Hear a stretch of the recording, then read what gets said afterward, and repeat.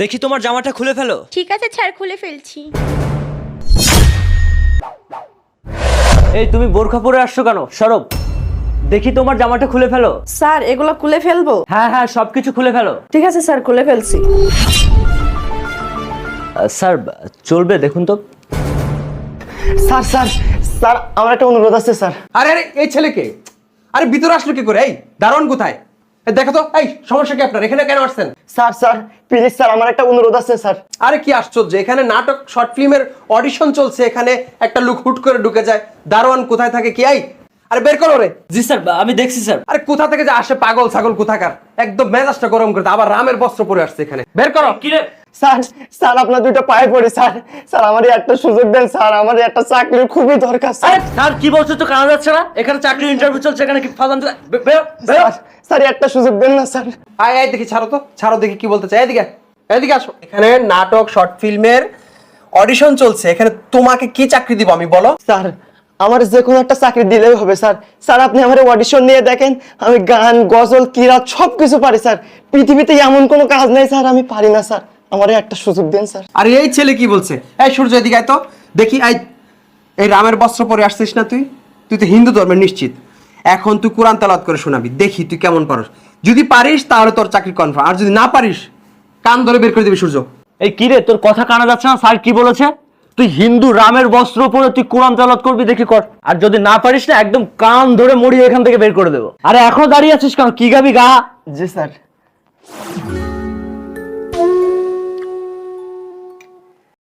أعوذ بالله من الشيطان الرجيم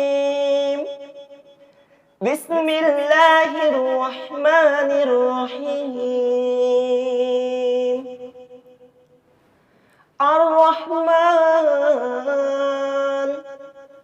علم القرآن خلق الإنسان علمه البيان الشمس والقمر بحسبان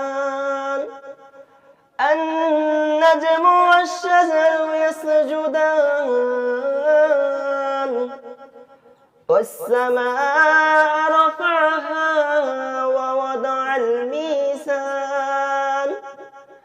ألا تطغوا في الميزان وأقيموا الوزن بالقسط ولا تخسروا الميزان صدق الله العظيم sir আমার একটা চাকরি দেন না স্যার। তুমি এত সুন্দর তিলাওয়াত করলে যে সত্যি বলতে আমি একজন মুসলিম হয়ে এত সুন্দর করে তিলাওয়াত করতে পারবো না। তুমি কি আসলে সত্যি করে তোমার পরিচয়টা বলো তো? আমি তোমার চাকরির ব্যবস্থা করে দেবো। তোমার চাকরি, মনে করো তোমার চাকরি হয়ে গেছে, আমি যে কোনোভাবে হোক তোমার একটা চাকরির ব্যবস্থা করব। কিন্তু তুমি তোমার আসল পরিচয়টা বলো, তুমি কে? স্যার আসলে আমি স্যার একটা হিন্দু ঘরের সন্তান। অনেক ছোটবেলায় আমার মা মারা যাওয়ার পর আমি এতিম হয়ে যাই স্যার। এরপর থেকে স্যার আমাকে মানুষ করার মতো কেউ ছিল না। আমি মুসলিম একটা এতিমখানায় থেকে বড় হয়েছি, সেখান থেকে শিখেছি স্যার এগুলো। স্যার স্যার গো আমার প্রতি একটু দয়া করুন স্যার, আমার না এই পৃথিবীতে কেউ নেই স্যার, আমার একটা চাকরি দিন না স্যার প্লিজ স্যার। তুমি আমাকে সত্যি একেবারে হার মানিয়ে দিলে। এতটা ভালো লেগেছে তোমার তিলাওয়াত, আমি আসলে ভাষায় প্রকাশ করতে পারতেছি না। আসলে মানুষের মধ্যে কখন কার মধ্যে কোন প্রতিভা থাকে কেউ বলতে পারে না। তুমি একজন হিন্দু পরিবারের সন্তান হয়ে তুমি একটা এতিমখানায় বড় হয়ে সেখান থেকে তুমি বাচ্চাদের কাছ থেকে বা হুজুরের কাছ থেকে তুমি যে কোরআন তেলাওয়াত শিখেছো, সত্যি অসাধারণ। তোমাকে আমার সর্বোচ্চ জায়গায় স্থান দিলাম। তুমি এদিকে বসো, তুমি বসো, তুমি বসো। তুমি আজকে থেকে মনে করো যে তুমি এই পুরো অফিসের দায়িত্ব তুমি আছো। সত্যি তোমাকে দেখে আমি আশ্চর্য হচ্ছি যে তুমি একটা হিন্দু হয়ে এত সুন্দর তেলাওয়াত করলে। তোমাকে যত দেখছি তত আমি অবাক হচ্ছি। সূর্য, আমি আসলে নিজেকে কন্ট্রোল করতে পারছি না যে এটা কি সে শোনালো। তুই এক কাজ কর ভাই, তাদেরকে আজকে চলে যেতে বল। আমি কালকে আবার অডিশন নিব। আমি তার কাছ থেকে অনেক কিছু শেখার আছে। আমি তার কাছ থেকে আগে জানতে চাই সে কিভাবে কি এত সুন্দর আয়াত তেলাওয়াত করলো। আসলে স্যার আপনি ঠিকই বলেছেন, একটা হিন্দু পরিবারের সন্তান হয়ে সে যে কোরআন তেলাওয়াতটা শুনিয়েছে, আসলে স্যার তার ভিতরে অনেক প্রতিভা লুকিয়ে আছে।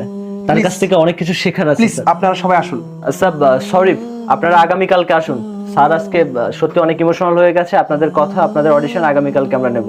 প্লিজ আপনারা আজকে আসুন। স্যার আমার একটা কথা ছিল। হ্যাঁ, আপনার যদি কোনো কথা থাকে আপনি সেটা আগামীকালকে বলবেন, আজকে সম্ভব না। প্লিজ আসুন, আগামীকালকে আসবেন প্লিজ।